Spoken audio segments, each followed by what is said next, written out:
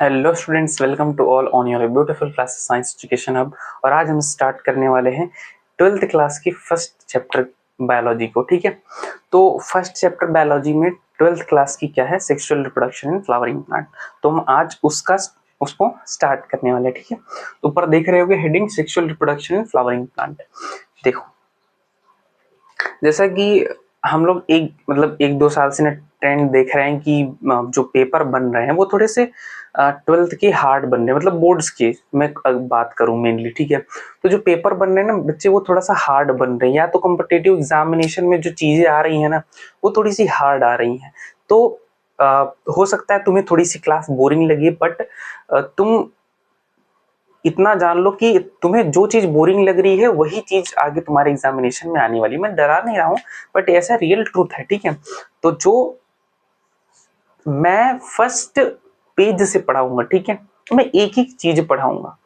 तो जो मैं यहाँ पढ़ाऊंगा, एक बार अगर तुम यहाँ पढ़ने के बाद एनसीईआरटी पढ़ोगे तो तुमको लगेगा कि हमने कुछ नया पढ़ा ही नहीं है, मतलब हम बस रिवीजन कर रहे हैं ऐसा। ठीक है, बस पेशेंस रख के ध्यान से सुनना होगा तुमको। तो स्टार्ट करते हैं sexual reproduction in flowering plant. Sexual reproduction in flowering plant, why flowering plant and why sexual reproduction. ठीक, समझते हैं।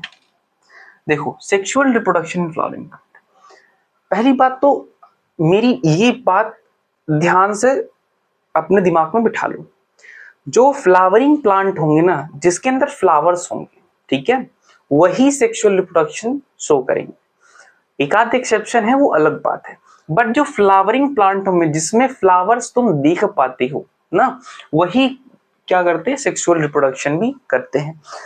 अब इतनी बात तुम्हें समझ में आई।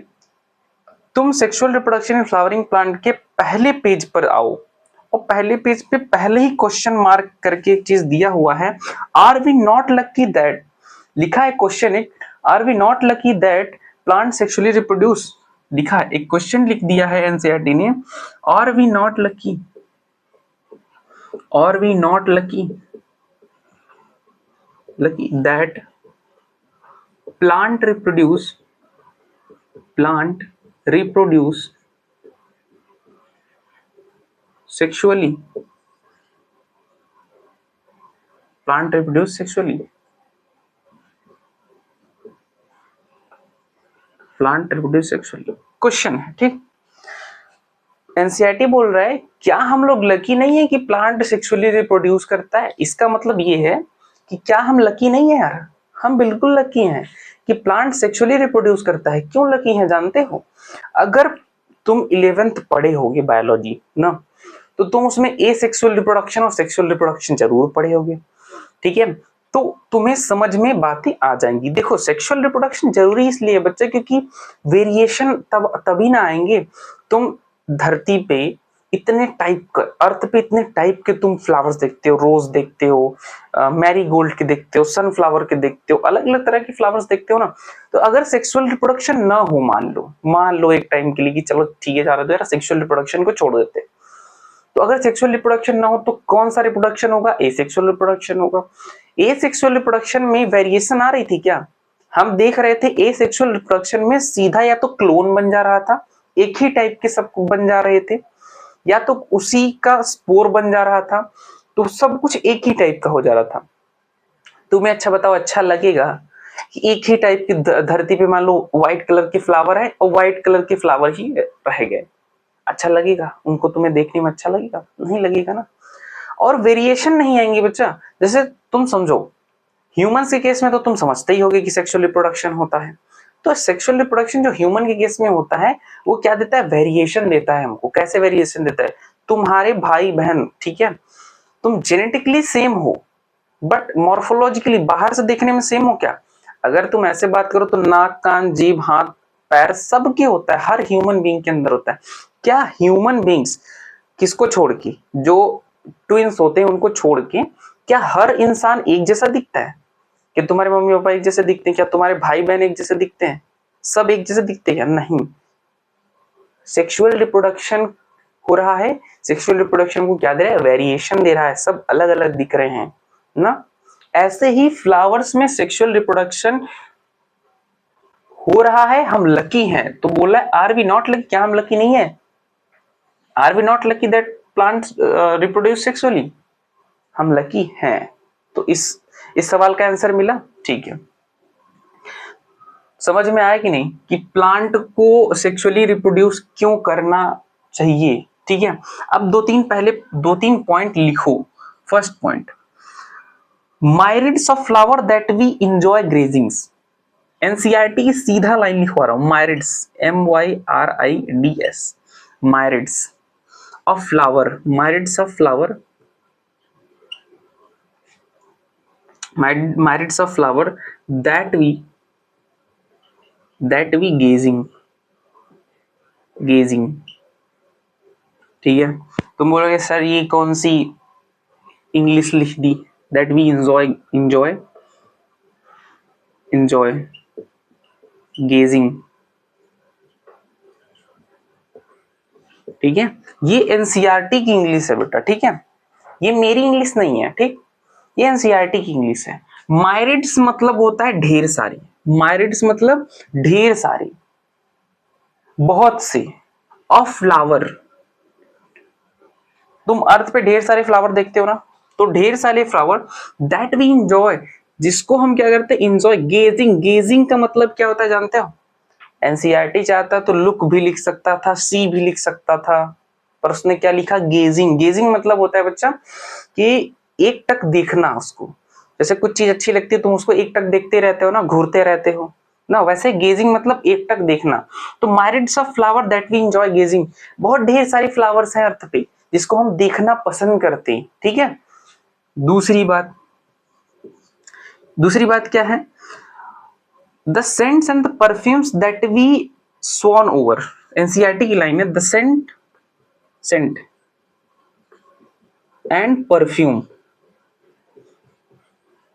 Perfumes that we shown over, ठीक।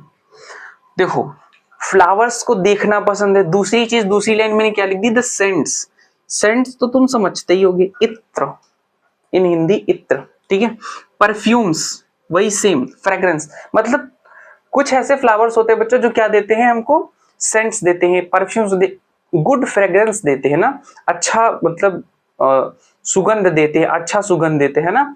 दैट वी स्वॉन ओवर, जिससे मदहोश हो जाते हैं, मतलब हमें बहुत अच्छा लगता है। स्वॉन ओवर मतलब होता है मदहोश होना। स्वॉन मतलब देखो SWOON, स्वॉन मतलब होता है बेहोश होना, स्वॉन ओवर मतलब मदहोश होना, ठीक है। उसकी फ्रेग्रेंस इतनी फ्लावर्स की अच्छी होती है, सुगंध इतनी अच्छी होती है, दैट वी स्वॉन ओवर, हम मदहोश हो जाते हैं, ठीक है। तो पहली बात, अर्थ पे बहुत सारी माइरिड्स ऑफ फ्लावर, बहुत सारे फ्लावर्स हैं जिसे हम क्या करते हैं? इंजॉय गेजिंग, देखना पसंद करते हैं। दूसरी बात ये है कि ये इसका जो scents of perfume that we shown over, इससे हम, इसका फ्रेग्रेंस हमें बहुत अच्छा लगता है। तीसरी बात क्या है? तीसरी बात ये है the rich colour that attract us. इसके जो रिच कलर है, the rich colour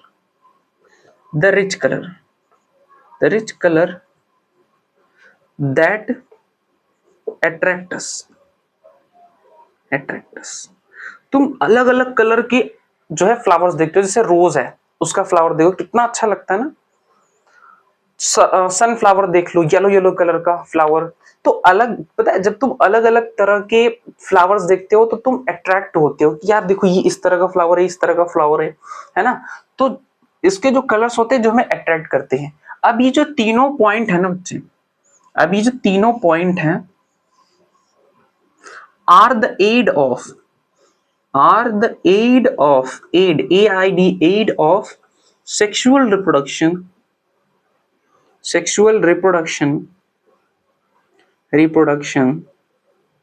in flowering plant।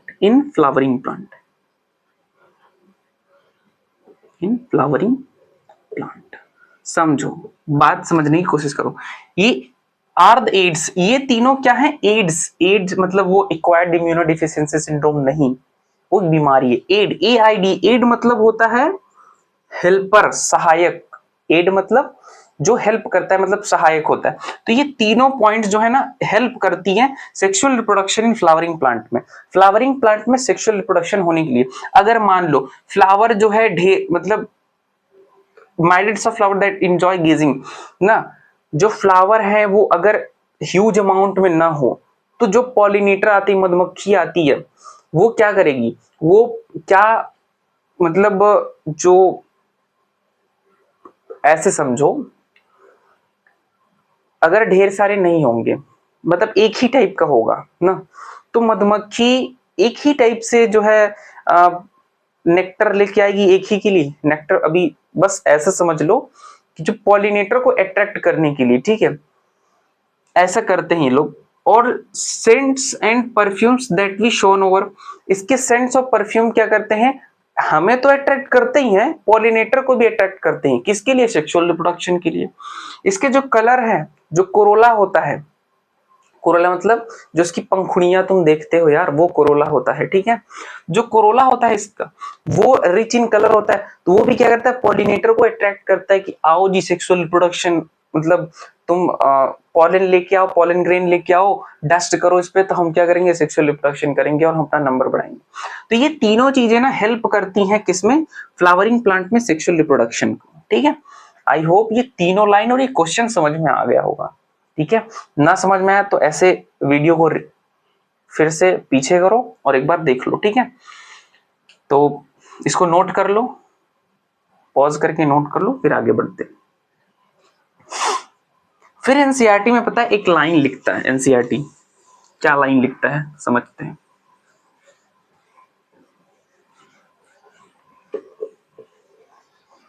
NCERT लिखता है in flowering plant, in flowering plant, समझो, in flowering plant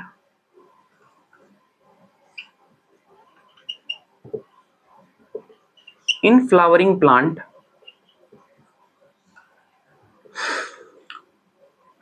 diversity of structure of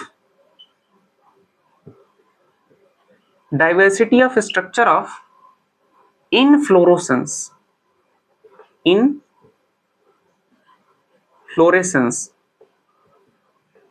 inflorescence। अब इसका मतलब क्या है, ध्यान से समझना। इनफ्लोरेसेंस का मतलब होता है बच्चा फलना फूलना, मतलब फ्रूटिंग होना, फ्लावरिंग होना ना। तो इनफ्लोरेसेंस का क्या मतलब होता है, फ्रूटिंग फ्लावरिंग, मतलब उसमें फ्रूट आएगा, उसमें फ्लावर आएगा। तो अब देखो लॉजिकल बात है ना, अपने दिमाग से सोच के देखो, क्या तुम एक ही तरह के फ्लावर्स देखते हो अपनी सराउंडिंग में, अलग अलग देखते हो, है ना। क्या एक ही तरह का फ्रूट है, बस एप्पल ही है धरती पे और कोई नहीं, क्या गुआवा नहीं है, मैंगो नहीं है ना।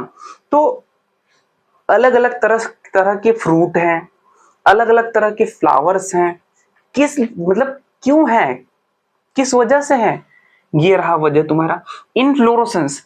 इनफ्लोरोसेंस में डाइवर्सिटी, किसमें डाइवर्सिटी, इनफ्लोरोसेंस में। तुम्हारे इनफ्लोरोसेंस में डाइवर्सिटी होने के कारण तुम्हारा जो फ्लावर है वो अलग अलग तरह का दिख रहा है, तुमको फ्रूट्स अलग अलग तरह के दिख रहे हैं, है ना।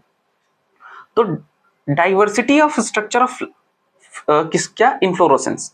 इनफ्लोरोसेंस के स्ट्रक्चर में डाइवर्सिटी होने के कारण, अलग अलग होने के कारण तुमको अलग अलग तरह के देखते। अच्छा, ये इनफ्लोरोसेंस किसमें होता है, इट अकर इन कहां होता है, फ्लोरल पार्ट। फ्लोरल पार्ट कौन सा है, calyx cholera, sorry calyx, Corolla, androecium, gynoecium, ये सारे क्या है, फ्लोरल पार्ट है। इसमें क्या होता है, इन्फ्लोरोसेंस होता है। इन्फ्लोरोसेंस होने की वजह, और इन्फ्लोरोसेंस का स्ट्रक्चर जो होता है उसमें डाइवर्सिटी होती है। तो तुम्हें क्या देखने को मिलता है, तुम फ्रूटिंग, मतलब तुम्हें अच्छी फ्रूटिंग मिलेगी, अलग अलग तरह की अच्छी फ्लावरिंग मिलेगी। तो एनसीईआरटी की डायरेक्ट लाइन है, इसको याद रखना, इन एंजियोस्पर्म, मतलब इन फ्लावरिंग प्लांट या एंजियोस्पर्म प्लांट, ठीक है, डाइवर्सिटी ऑफ स्ट्रक्चर इन्फ्लोरेसेंस, ठीक है, ये याद रखो। और एक बात और याद रखो बच्चा, मैक्सिमम, मैं लिख देता हूं, maximum flowering plants flowering plants are angiosperm. Angiosperm 11th में अगर प्लांट किंगडम पढ़े होगे तो तुम जिम्नोस्पर्म पढ़े होगे, एंजियोस्पर्म पढ़े होगे, एल्गी पढ़े होगे, ब्रायोफाइटा पढ़े होगे, टेरिडोफाइटा पढ़े होगे। एंजियोस्पर्म में ही फ्लावरिंग प्लांट तुमको देखने को मिलेगा, ठीक। मैक्सिमम एंजियोस्पर्म में ही तुमको देखने को मिलेगा फ्लावरिंग प्लांट्स, ठीक। समझ में आया? तो ये दोनों बात समझ में आई। मैं फिर से एक बार बता रहा हूं, इन फ्लावरिंग प्लांट जो प्लांट्स में फ्लावर होते हैं, और फ्लावर कौन से प्लांट में होते हैं? एंजियोस्पर्म में।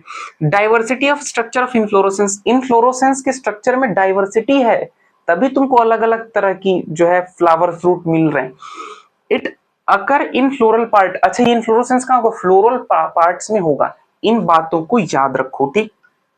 चलो नोट कर लो, फिर आगे बढ़ते हैं। अभी पता है इंटरेस्टिंग बात तो ये है ना कि ये अभी फर्स्ट पेज ही चल रहा है, फर्स्ट टॉपिक पे भी नहीं बढ़े हैं, है ना। अब फर्स्ट हेडिंग डालो एनसीईआरटी के फर्स्ट चैप्टर की फर्स्ट हेडिंग, ठीक। फर्स्ट चैप्टर की फर्स्ट हेडिंग क्या है डालते हैं। 1.1 करके दिया है फर्स्ट हेडिंग। 1.1 क्या दिया हुआ है? दिया है फ्लावर ऐसे लिखा है the fascinating organ of, fascinating organ, fascinating SHINATING I think,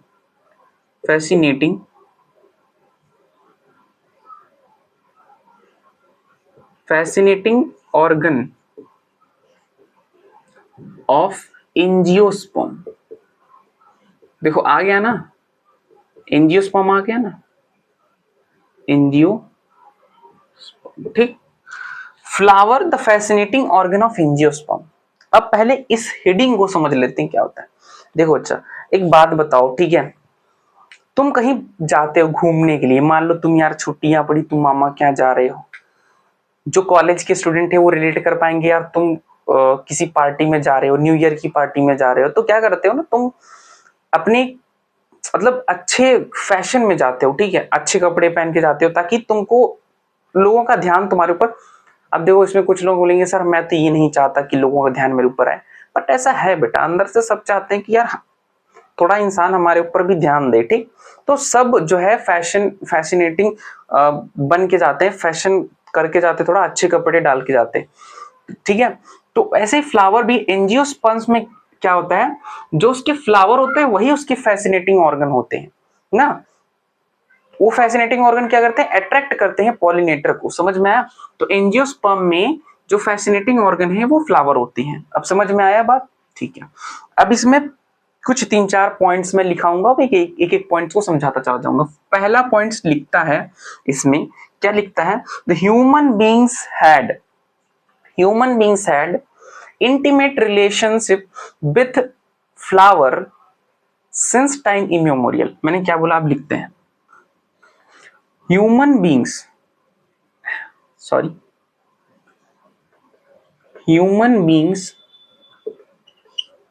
had intimate relationship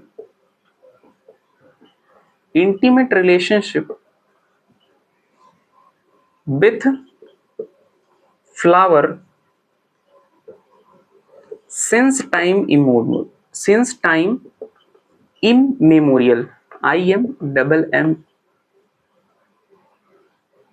since time immemorial, immemorial, ठीक। पहली जो है एनसीईआरटी फर्स्ट जो अपनी टॉपिक है उसमें फर्स्ट बात ये लिखती है कि human beings had intimate relation with flower since time immemorial. समझने की कोशिश करते हैं। ये बोल रहा है कि ह्यूमन बींग्स जो है और फ्लावर का जो रिलेशनशिप है, रिश्ता है, वो सिंस टाइम इमेमोरियल मतलब बहुत पुराने टाइम से है। अब अगर बहुत पुराने टाइम में तुम जाना चाहो तो तुम राम जी को ले लो, रामायण महाभारत जानते ना, जानते ही होगे। तो राम जी जो थे वो फर्स्ट टाइम सीता जी से कहाँ मिले थे? कहाँ मिले? अशोक वाटिका मिले थे। अशोक वाटिका क्या था? गार्डन था, फ्लावर्स मतलब फ्लावर्स वहां पे थे, तो जो सीता माता जी वो क्या करने आई थी, फ्लावर्स लेने आई थी, और राम जी भी जो है किसके लिए आए थे, फ्लावर्स के लिए आए थे। ठीक है, तो ऐसे समझ लो ना, ऐसे रिलेट कर लो कि सिंस टाइम इम्यूर मतलब उस टाइम से। अच्छा, एक और एग्जांपल ले सकते हो तुम, एग्जांपल ले सकते हो जैसे हम लोग पूजा करते हैं ना, तो पूजा तो हम बहुत एंशिएंट टाइम से करते हैं ना, तो जब भगवान को हम फ्लावर चढ़ाते हैं तो ये रिलेशन हुआ कि नहीं, इंसान को जरूरत पड़ रही है कि नहीं, फ्लावर की जरूरत पड़ रही है पूजा करने के लिए।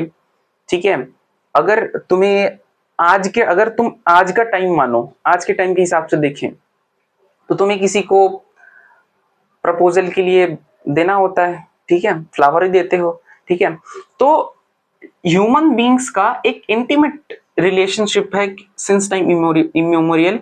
यहाँ पे सिंस टाइम इन मेमोरियल लिखा है, इसलिए मैंने बहुत पुरानी भी बात की और यहाँ मतलब आज के प्रेजेंट टाइम की भी बात की। तो इसका जो फ्लावर का और ह्यूमन बींग का रिलेशनशिप है वो बहुत पुराना है, एनसीईआरटी ये कहना चाहती है। दूसरी बात ये है कि इसको ऑब्जेक्ट की तरह यूज होता है। कैसे? It use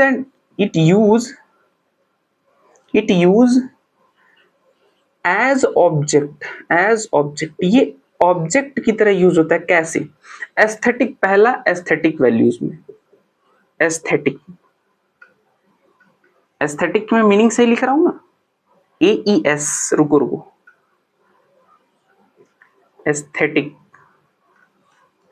aesthetics. ठीक है, एस्थेटिक्स मतलब होता है श्रृंगार। ठीक है, श्रृंगार मतलब जैसे पहले के टाइम पे जो लेडीज हुआ करती थी वो क्या करती थी, बालों में गजरा लगाया करती थी, वो फ्लावर होता था उसको बालों में लगाया करती थी। तो एस्थेटिक्स मतलब सौंदर्य के लिए यूज किया जाता था। दूसरा किसके लिए यूज किया जाता है, किया जाता है ऑर्नामेंटल के लिए। ऑर्नामेंटल मतलब सजावट के लिए।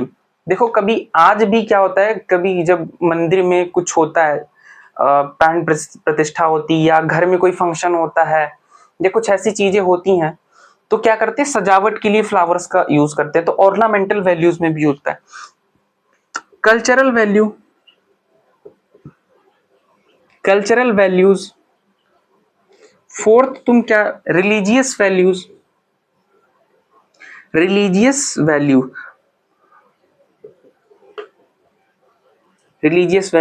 जैसे तुम, मैं बताया ना, फूल चढ़ाते हो भगवान को, है ना, अब तुम्हारा प्रेयर करने के लिए या जो जिस धर्म से रिलेट करते हो, तो तुम क्या करते हो, रिलीजियस वैल्यू से भी फ्लावर को यूज करते हो, है ना। तो किस किस ऑब्जेक्ट की कैसे कैसे यूज करते हो, एस्थेटिक्स वैल्यू के लिए, ऑर्नामेंटल के लिए, कल्चरल वैल्यू के लिए, रिलीजियस वैल्यू के लिए यूज करते हो। ठीक है, तो एक तो तुम इसको यूज करते हो एज ऑब्जेक्ट, और थर्ड जो है लिखती है एनसीईआरटी, तुम इसको यूज करते हो as a symbol. It use as symbol. कौन से सिंबल? देखो कौन से सिंबल है। पहला लव। तुम देखो, अगर किसी को प्रेम जताना होता है तो तुम क्या करते हो, फ्लावर देते हो, है ना। तो ये किस मतलब सिंबल होता है एज अ लव, एज, ठीक है। तो एज अ सिंबल कैसे यूज करते हो, इन लव। अफेक्शन, ठीक है, अफेक्शन क्या होता है, अफेक्शन मतलब स्नेह, ठीक है, प्रेम के लिए, स्नेह के लिए, ठीक है। और दूसरा तुम लिखना चाहो तो हैप्पीनेस, खुश होते हो तो तब हैप्पीनेस खुशी में देखते हो ना, फूल बरसाए जाते हैं, बहुत खुश हुआ इंसान तो कोई पुष्प वर्षा, सुने हो ना, पुष्प वर्षा कराते हैं, तो इसमें यूज होता है। थर्ड तुम देखना चाहो तो ग्रीफ, ग्रीफ मान लो कोई किसी का डेथ हो गया, तो उसको जब जाते हैं तो फूलों से सजा के लेके जाते हैं, देखे ही होंगे, है ना, ढेर सारे फूल से सजा के लेके जाते हैं। ग्रीफ तकलीफ व्यक्त करने, मॉर्न। अच्छा, यहाँ पे MOURNING मॉर्निंग। मॉर्निंग मतलब तकलीफ या शोक व्यक्त करने के लिए, तो तुम उसको एज ऑब्जेक्ट भी यूज कर रहे हो, एस्थेटिक, ऑर्नामेंटल, कल्चरल वैल्यू और रिलीजियस वैल्यूज के लिए। तुम उसको सिंबल की तरह भी यूज कर रहे हो, love, affection, happiness, grief and morning. ये सब एनसीईआरटी की लाइन है। तो पहली बात ये हो गई कि ह्यूमन बींग्स और जो फ्लावर का रिलेशनशिप है बहुत पुराने टाइम से है, और ये कैसे यूज होता है एस्थेटिक वैल्यूज में, ऑर्नामेंटल, कल्चरल, रिलीजियस, और एज अ सिंबल की बात करो, love, affection, happiness, grief and morning. Morning मतलब इसका मतलब होता है शोक। इसका मतलब मॉर्निंग ये सुबह वाली मॉर्निंग नहीं है, ठीक है, इसका मतलब होता है शोक। तो ये ऐसे हम यूज करते हैं। फिर उसके बाद एक फोर्थ लाइन है जो कि बहुत इंपॉर्टेंट लाइन है, ठीक है, इसको पॉज करके नोट करो तो फिर आगे बढ़ते हैं। ठीक है, आई होप नोट कर लिया होगा। आगे बढ़ते हैं। एक फोर्थ लाइन है जो एनसीईआरटी लिखती है और अक्सर कंपटीशन एग्जाम्स में पूछा जाता है, बहुत फेवरेट लाइन है। ठीक है, इवन जो बायोलॉजी पढ़ते हैं बच्चे उनकी भी ये बहुत फेवरेट लाइन है। फेवरेट लाइन क्यों मैं बताता हूं। ये लाइन है to be a biologist. Fourth है to be a biologist. Biologist मतलब जो बायोलॉजिस्ट हैं, जो बायोलॉजी पढ़ते हैं, ठीक है, to be a biologist, flower are morphological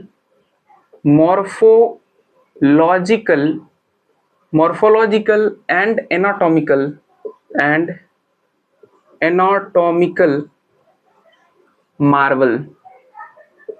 Marvels. ठीक है, marvels are the site of sexual reproduction